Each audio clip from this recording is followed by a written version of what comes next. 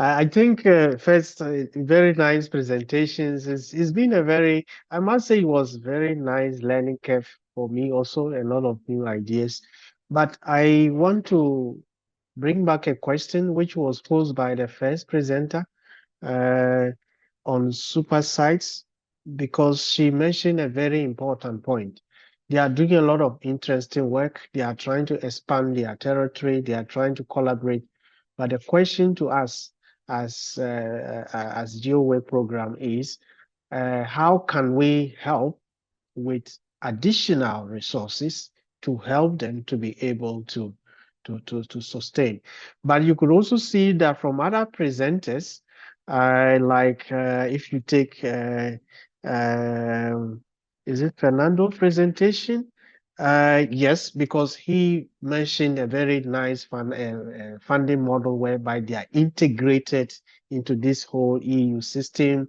So there is a dedicated uh, budget line. So my question to all of us is, how do we find a mechanism, the different models to see how first we can support geo super sites and yeah, it's more like an open question, but I would like to get ideas because the reason why I'm asking this question is within the program board, we are also pushing towards what we call an innovation fund, which is yet to go through all the protocols in order for it to be approved.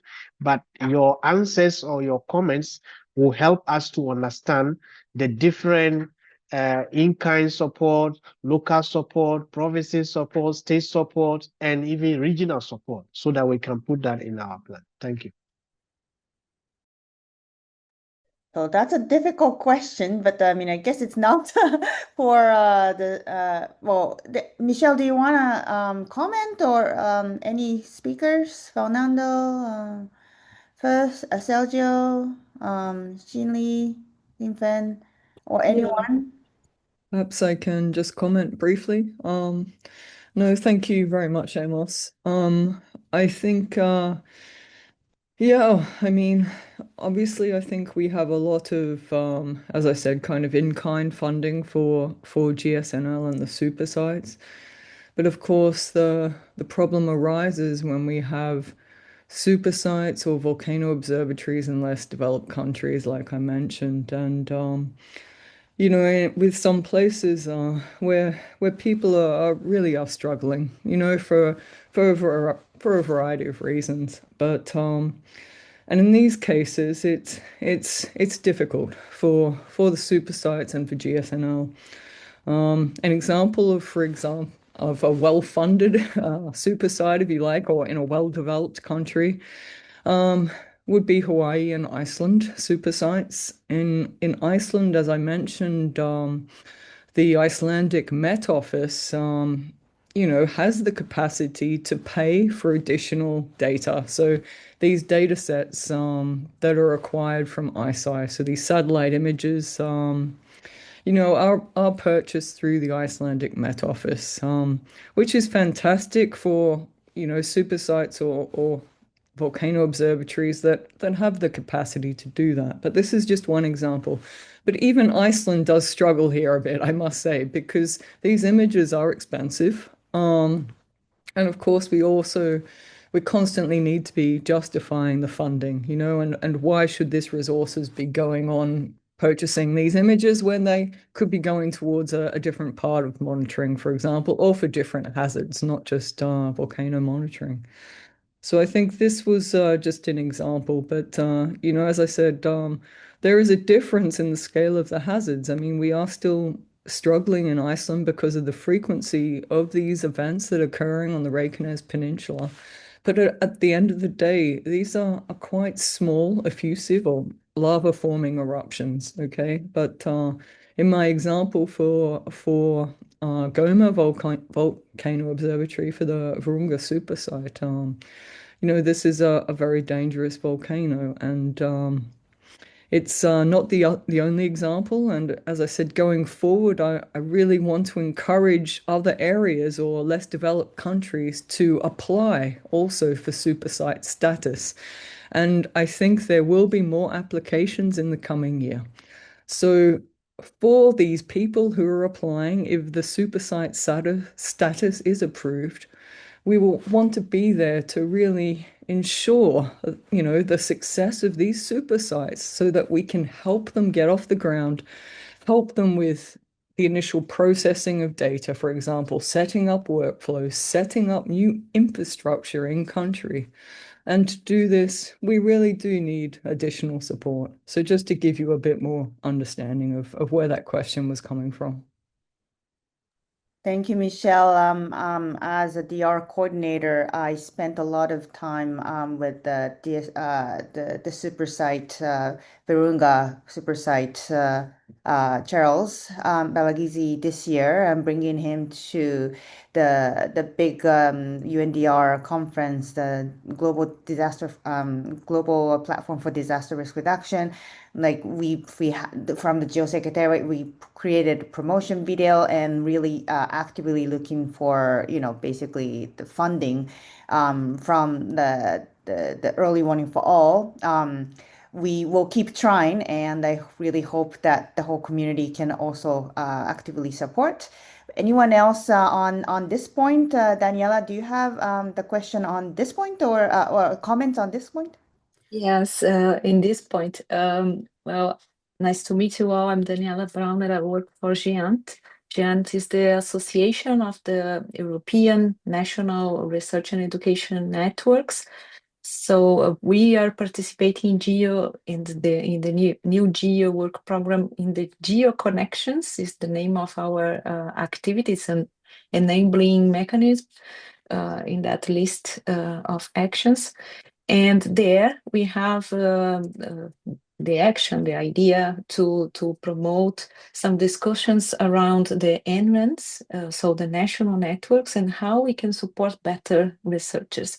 I was listening to Michelle and to the other colleagues, and I think that we can promote in that activity like a questionnaire or some requirements gathering from those activities in the work program, to try to understand better what are the needs in terms of infrastructure and connectivity, or even in any digital infrastructure to support their international collaborations. Because as the NRENs, we are working together to support our researchers, and the idea is actually to see how can we help on your activities. So I think that we have a lot to discuss. And I will talk with you guys from the GEO Secretariat to propose this activity inside our work plan. Thank you. Thank you so much, Daniela. Anyone else? I see a hand from Madiha. Yes, it's on this point, actually, also on very high resolution imagery. And Michelle, this is something that my colleague Paula is leading on. Her team has worked on a mapping of very high resolution imagery providers. And now we're going to go to the members of GEO and try to assess their needs, the countries themselves. And perhaps, Paula, if you're around, please speak up. But I think it might also be useful to go to the GEO Work Programme activities as well. And like what you just said, Daniela, as well, match what we're going to hear from the countries, from what the activities already directly know that they need through their work. And then that'll give us a full, complete picture that we can then use to come up with some form of a strategy or an approach that's embedded with this whole infrastructure development work that Paula is coordinating and leading on. Paula, can I call on you maybe to say a few words if you'd like, so you can share the whole GIDTT effort with the colleagues here? Sure, thank you very much. In fact, when Michelle presented on GHNL, there were some questions from me on the chat about this very high resolution. We will be contacting you to exchange more extensively on your needs, and of course all the speakers will be contacted to invite you to contribute to the GEO Knowledge Hub, because all the applications have been exposed today, except the wildfires are not yet in the GEO Knowledge Hub. So definitely we would be extremely happy to work together with you to welcome you in the GEO Knowledge Hub. And also on the very high resolution, yes, as Madia mentioned, we have done an initial mapping of different existing very high resolution imagery with respect to the different applications. And we are about to launch, if not before the end of the year, beginning of 2026, a survey. So all the needs will be well documented from all the community. I think that's all from my side. Thank you. Thank you, Paola. Anyone else with a question? If not, can I ask a question for everyone? Madiha, go ahead. I also have a question for everyone, but Rui, go if you want to take it, you go first. Yeah, me first. Okay. So thank you all for such great presentations. And it's great to see the diversity of all of your respective initiatives.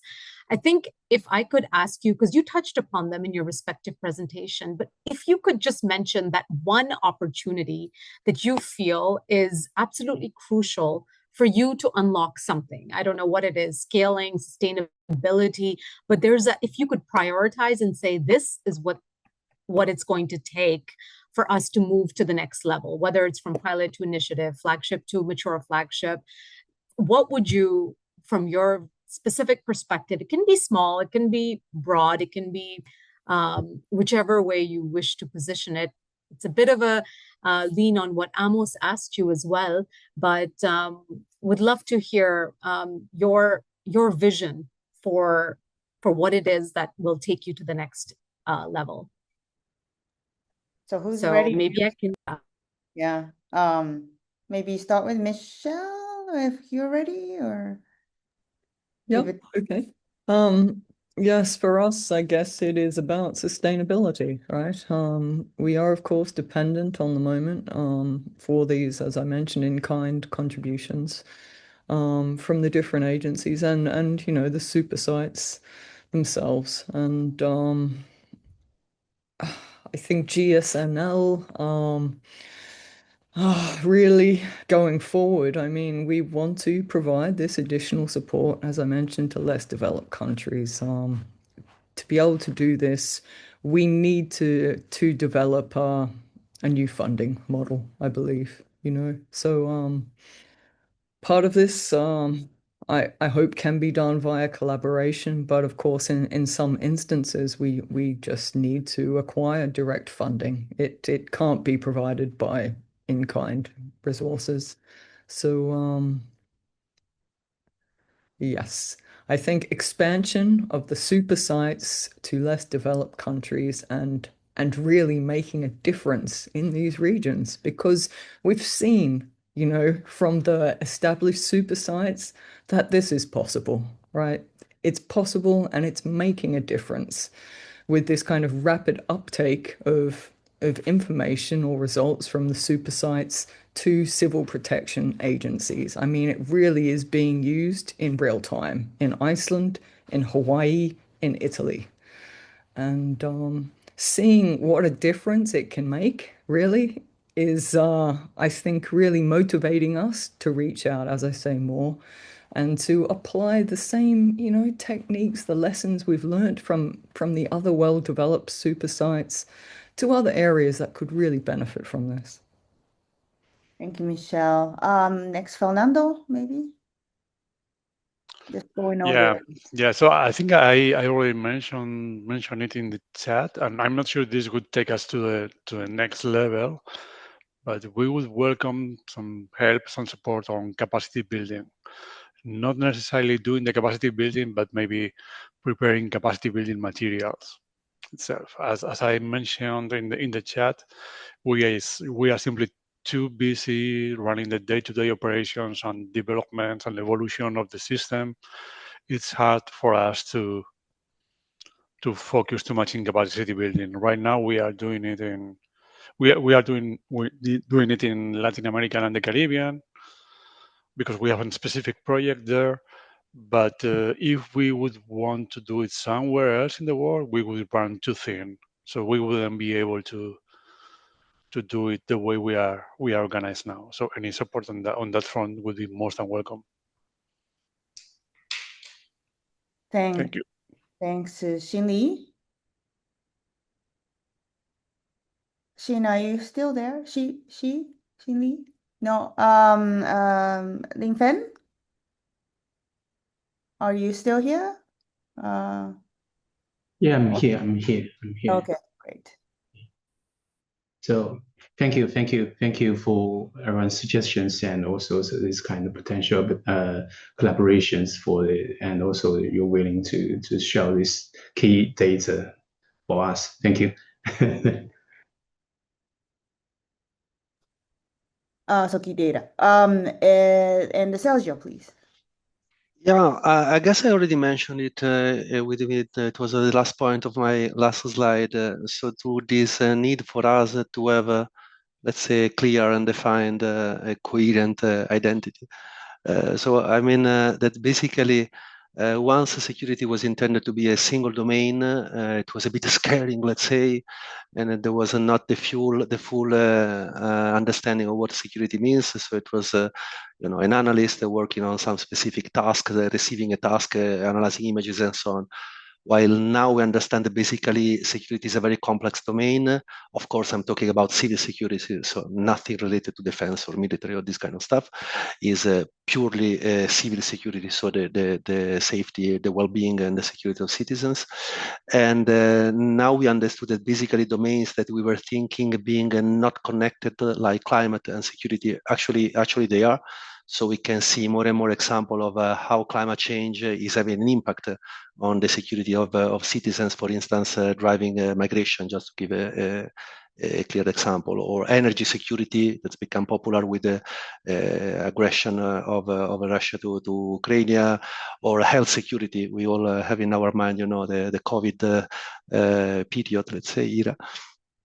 So taking into account that now security is a very, very complex domain in which we have these interconnected scenarios that are affecting impacting the safety of citizens, it should be important for us to go to the next level, as it is the question, to have this recognized within GEO, so to have a dedicated place, in which we can discuss actually what security is, and this is actually the aim of the convener. So we were able to go to the next level when we will achieve this result, let's say, in cooperation with the Secretariat, to be able to have this space in which security is addressed as a single domain and not as now within different ones.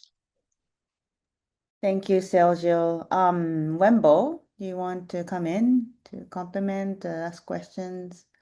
Well, actually, so I observed an interesting offer in the chat. James Amate from Ghana, funding opportunities. That is really exciting. Michelle also asked, can he connect the funders to support super sites in underdeveloped countries? And Madiha also has a question. So James, I don't know if you want to speak up here to provide more details.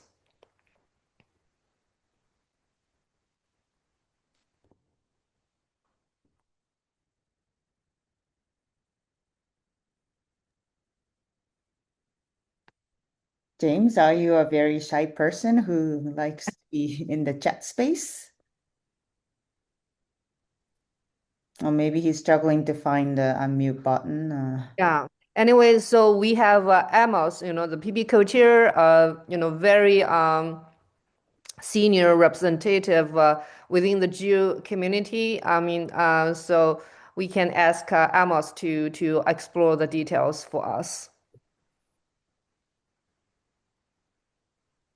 So this nicely, please give a segue to the last portion of this webinar. Fortunately, the time is near the end, so I want to give the floor back to Amos for the closing. Amos, floor is yours. Thank you very much, and a very nice one. First, to hear that in the midst of all the challenges, there is a potential for some funding opportunity. So James, I will surely get back to you. Then we can speak the language that will help the GEO community. But before I say my closing remarks, I just want to use the opportunity to thank Madiha. Madiha, can you please show your photo somewhere? Because I remember when you were sharing this idea, I didn't quite understood it, but I think today we are seeing the results. And thank you, Rui, for taking up the challenge as a first starter to organize this in a very short time. And to all the presenters for making time. I know it was on short notice, but you managed to come out with a lot of, put all the things together, which is very, very important. I think this first open house webinar is showcasing quite a number of good lessons that we can take forward.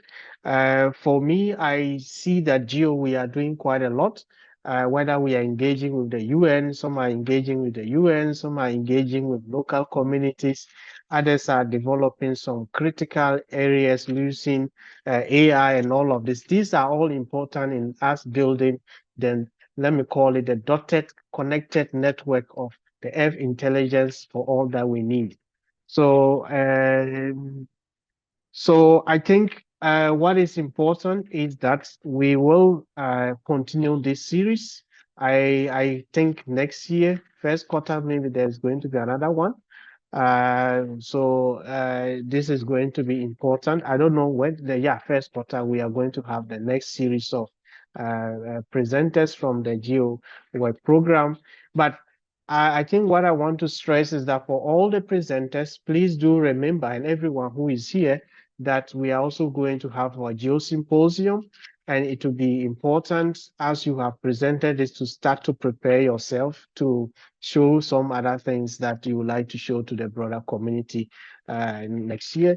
And to also mention that within GEO, for those of you who is first time, we have the GEO Knowledge Hub, which is more like, let me call it the permanent storehouse for GEO. So this thing will be there. So do go there to visit. And Paula is always there to say where the things are. And as mentioned, also, some of the initiatives have not yet interacted with the GEO Knowledge Hub. So please, this is an opportunity. Reach out to Paula and she can go through, share with you how you can be able to make sure that all of these things work well. So if you look at in closing, what I want to say is that it is an important opportunity for all of us, and we look forward to see more open house webinars next year. And we call on all the other initiatives within the GEO Work Programme to reach out to Madiha, Wembo.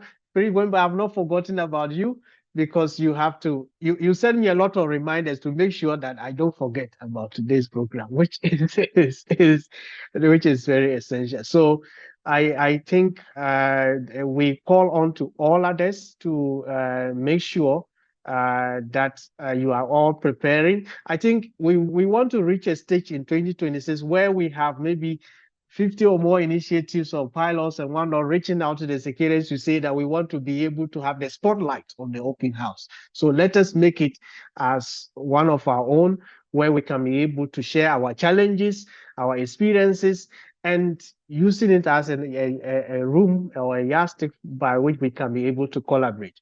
I want to also thank my co-chair, Justina. I see that she's been online. Thank you for joining. That is very, very important.